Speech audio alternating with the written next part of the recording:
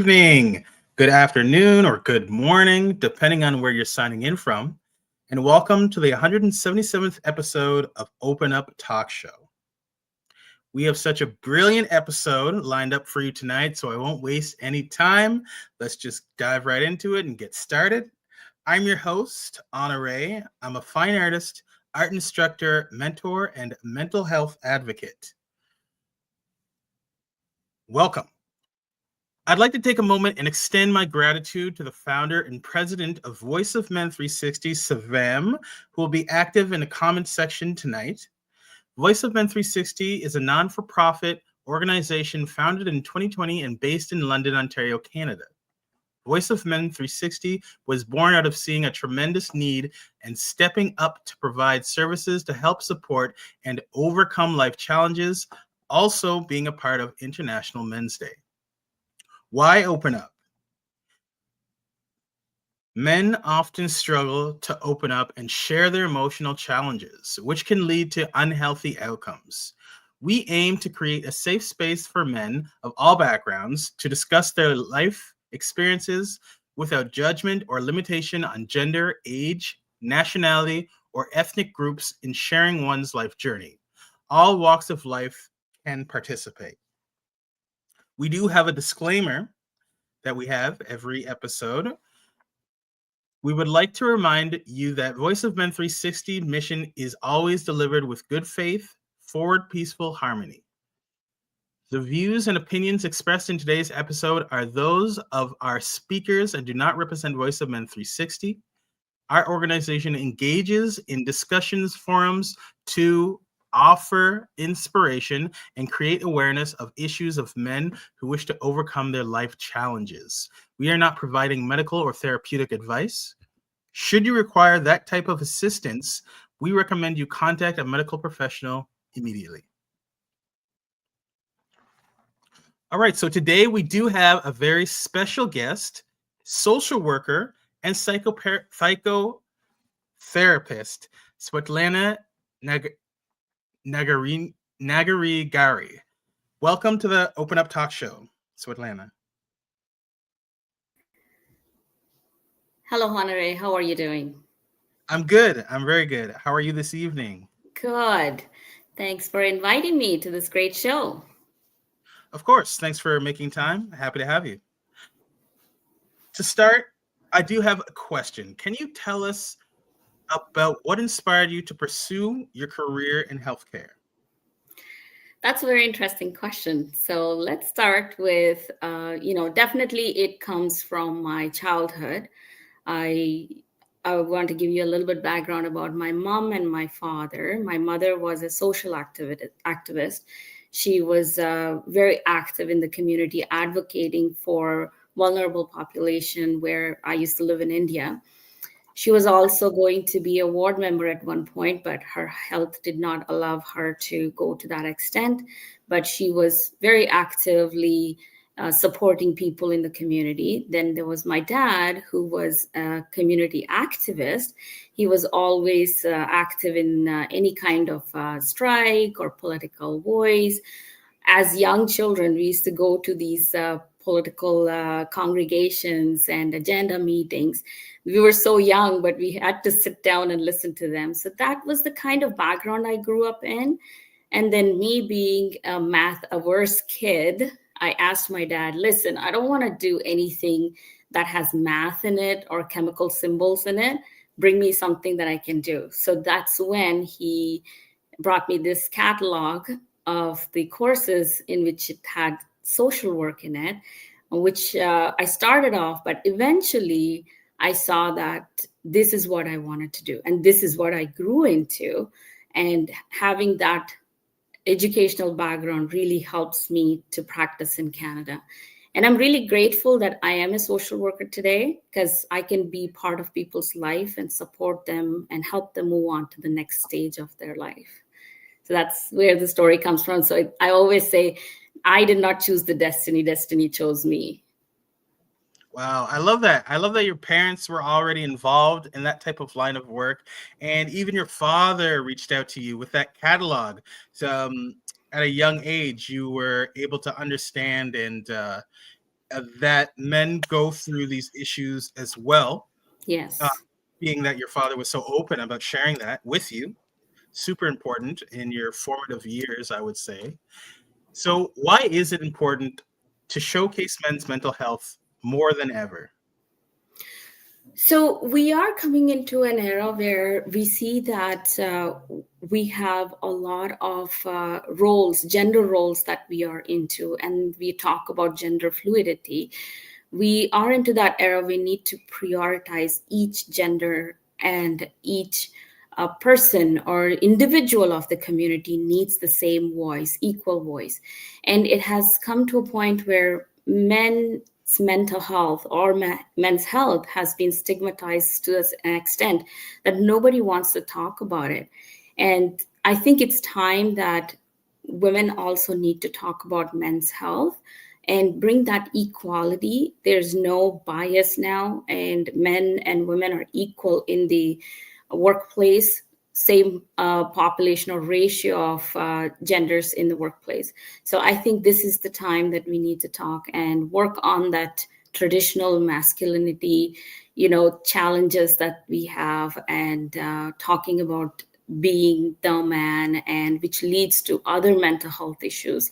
And as I work in healthcare sector, I see that a lot, and it helps talking about this topic in the families, in the communities, and at a bigger level, you know, at the level where the government can take action. I think this is the time we start talking about it. Absolutely. I like how you talked about the equality in which men and women have to go through types of tribulations and the stigma. There is stigma with men having to act a certain way in today's society, which is not bad, which is terrible. It's hard to fully express ourselves as men, even our youth Mhm. in that case. So, from your professional experience, what are some issues and challenges that men face today?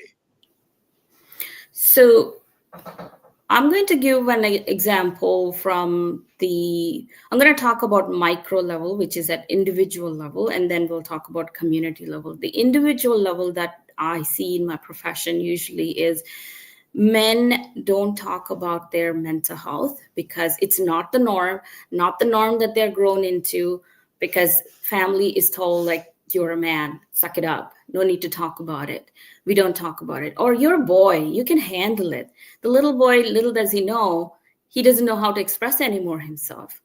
And so at micro level, you see, when you don't talk about this, the frustration's pent up and it comes out as anger, substance reliance, or substance abuse.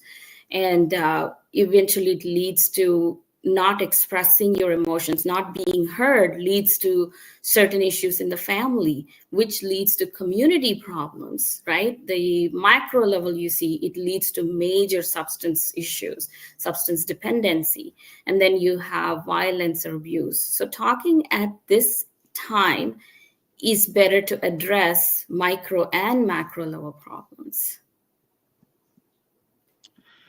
Yes, yeah, what you mentioned there, community leading, if you have problems in your community, it can lead to violence and abuse and just a fracture in that type of relationship. And I want to know, why is it important to have positive male role models? It's important that, because talking about positive role models, it happens in the families, starting from the families, right?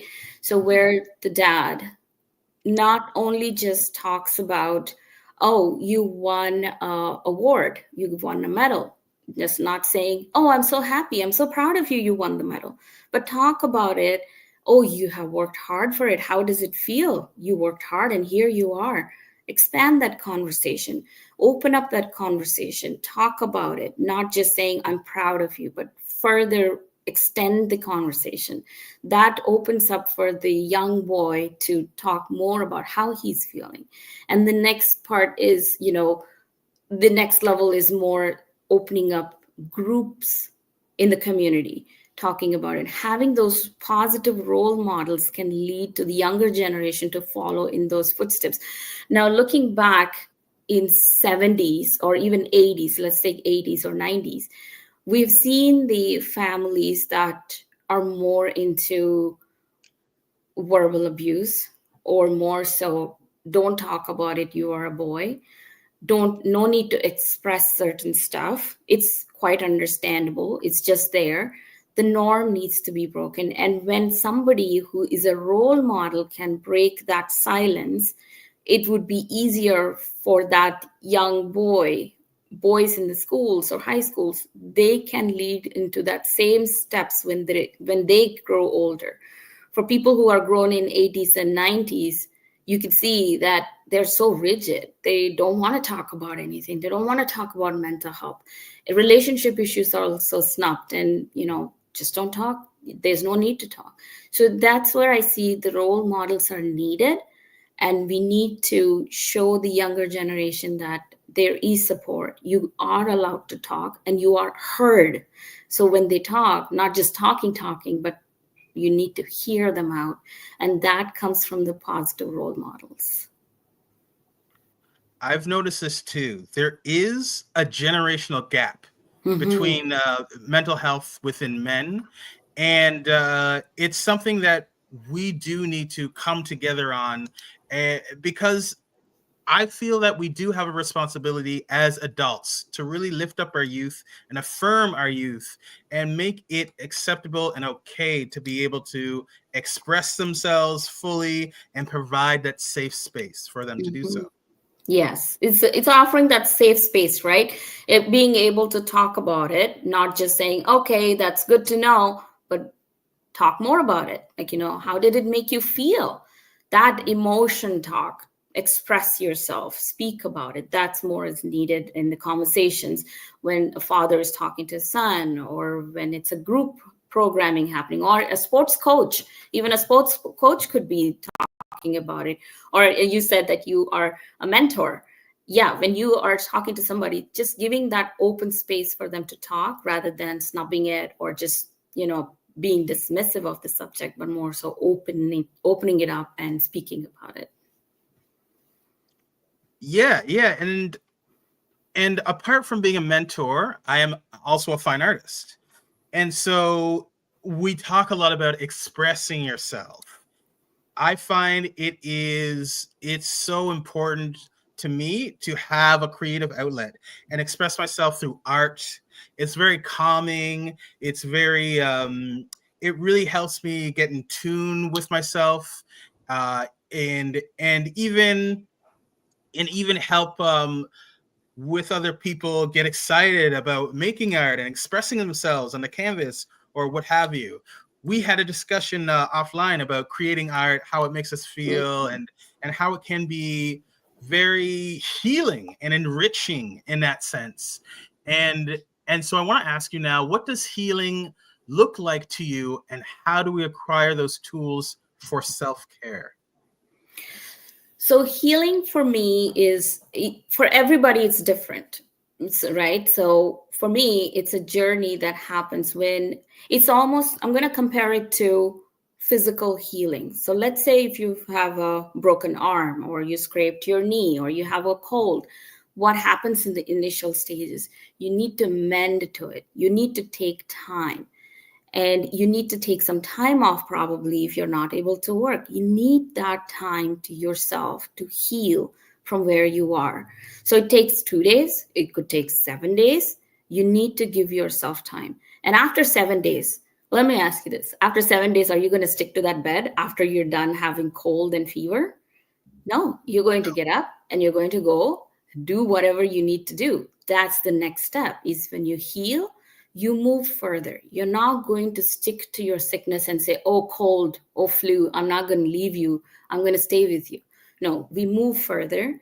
We walk in our lives. We take those risks. We get out of through that door. It's the same thing with healing too. You don't feel stuck. You feel like you have wings. You have the freedom to move forward. That's what healing looks like. You feel that your energies are aligned. You know yourself better. you know that you are making the right step. And even if it's something that creates anxiety to you, to somebody, you still feel like you're going to move further. You're going to take that step to make it happen. So that's what healing looks like for me. And also from a therapist perspective, I can say that when we see our clients talk to us about healing, what we want to see them is move forward. Say that, hey, I did this today. I spoke to my dad and I spoke to my friend, which I was hesitating to talk to, but I found myself doing this, and I had the courage to do it. So that's basically what healing looks like. And talking about the tools, I'm going to turn the table to you, Honoré. I want you to tell me, when you do the art, how do you feel? Tell me more about that. Yeah, it's very freeing, and teaching art more so. I like when everybody's working alongside one another, camaraderie, we're figuring out the steps and techniques together. It's really something special when we're all having fun, and it's not necessarily a competition about who has the best painting, but how much fun and enjoyment you're having, how much fulfillment you're having. And so that is truly healing for me, that process. And even when I'm figuring out artwork, it might turn into something different. And it's a really fun process, seeing it turn into something different than it was when I initially started out with. That's why it's so calming and healing for me. Yes, it's calming, it's healing. You feel your alignment with yourself and the surroundings, right? There is nothing that's holding you back. You feel like there's one thing, one good thing that you mentioned. There is no feeling of competition. You don't Mm, feel like you're in the rat race. So those are the things that we want to feel when we are healing ourselves, that nothing is holding us back, when we have that freeing experience to ourselves, and there's no race in it, there's no rat race involved in it, and it's a camaraderie, like you said. It's a that unison, that feeling of togetherness comes into that moment. And healing can be acquired through, you could talk about, art is one way. I do art too. I do acrylic painting and watercoloring. People can find ways to spend some time in the nature. Nature is a great tool for healing anybody. And biking, they can pick, doing mountain biking or go fishing. I love fishing too. So fishing is one of the things that they could do. And there are so many pottery classes. If you say that, I don't have money, I don't know how to do all of this, you can start by little steps. Go take a walk in the park, sit there and just watch people. It's healing too. And you don't have to have 300 people as your friends. You can have one or two people who are supporting to you, and they could be the healing people in your life. So I think these are some ways that people can channel and get their healing from. Journaling is also one way to do it. And listening to music is one. There are so many ways that people can practice one healing to themselves. Yes, one thing that resonates with me most is getting in touch with nature. I really love going on hikes. Even canoeing is a lot of fun. You were saying fishing. I've tried fishing before.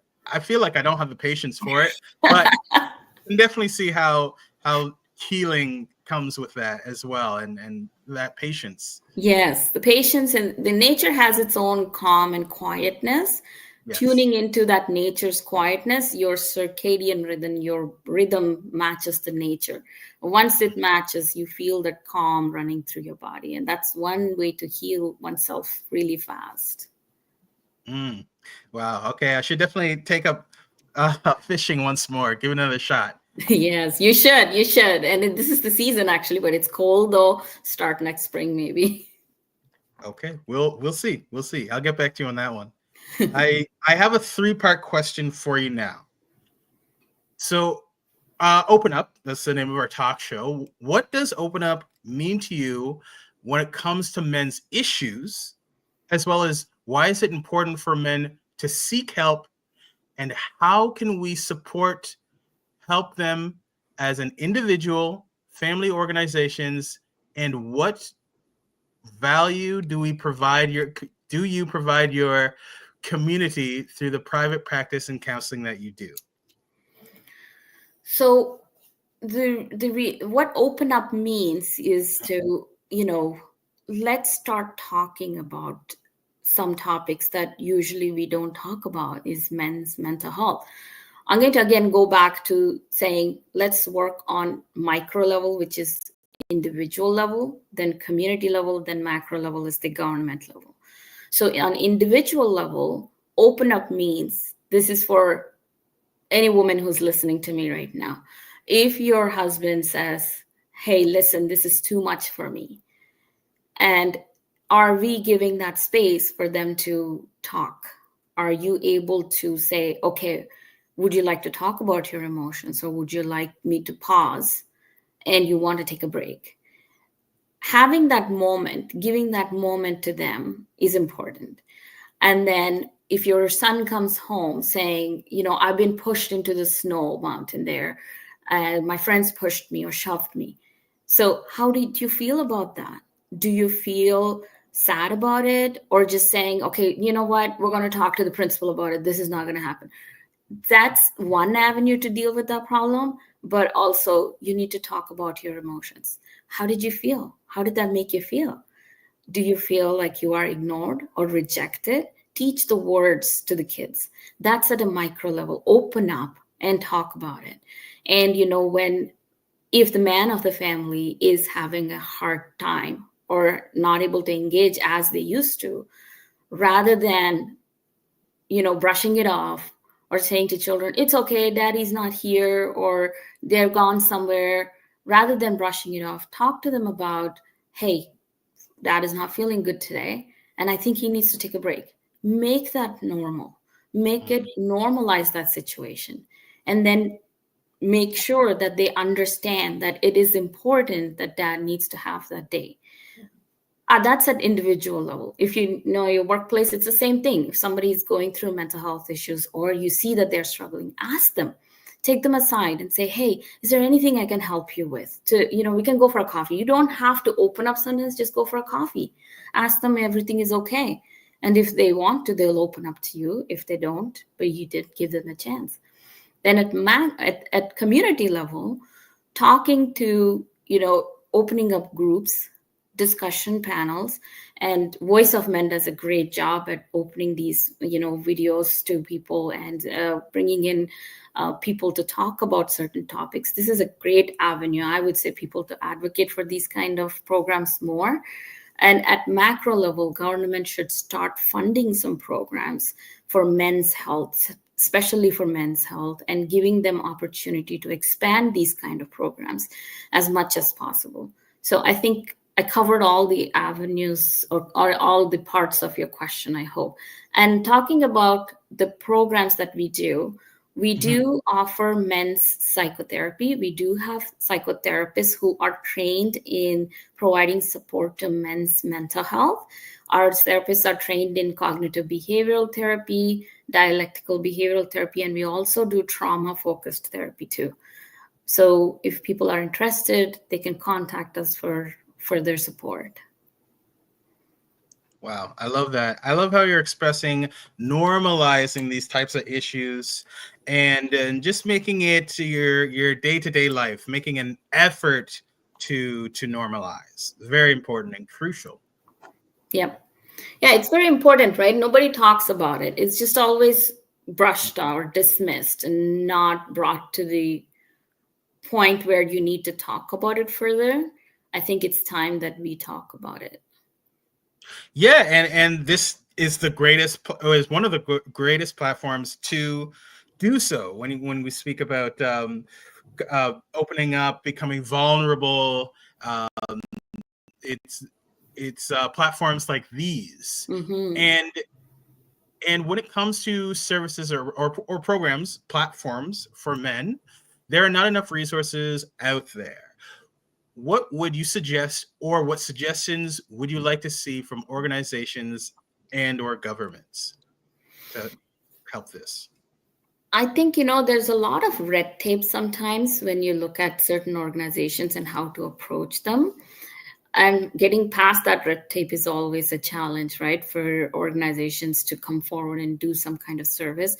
Again, seeking the avenue of knowing people and spreading the word, and approaching the local organizations to support programs, funding from them, or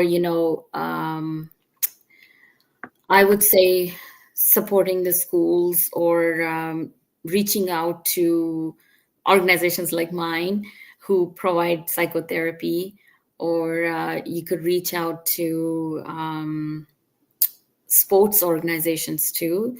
They have a huge funding, so they could be of help too.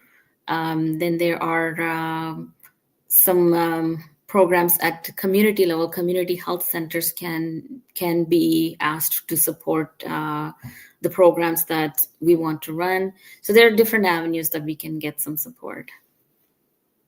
Yeah, absolutely. And Savam was throwing up some great resources out there.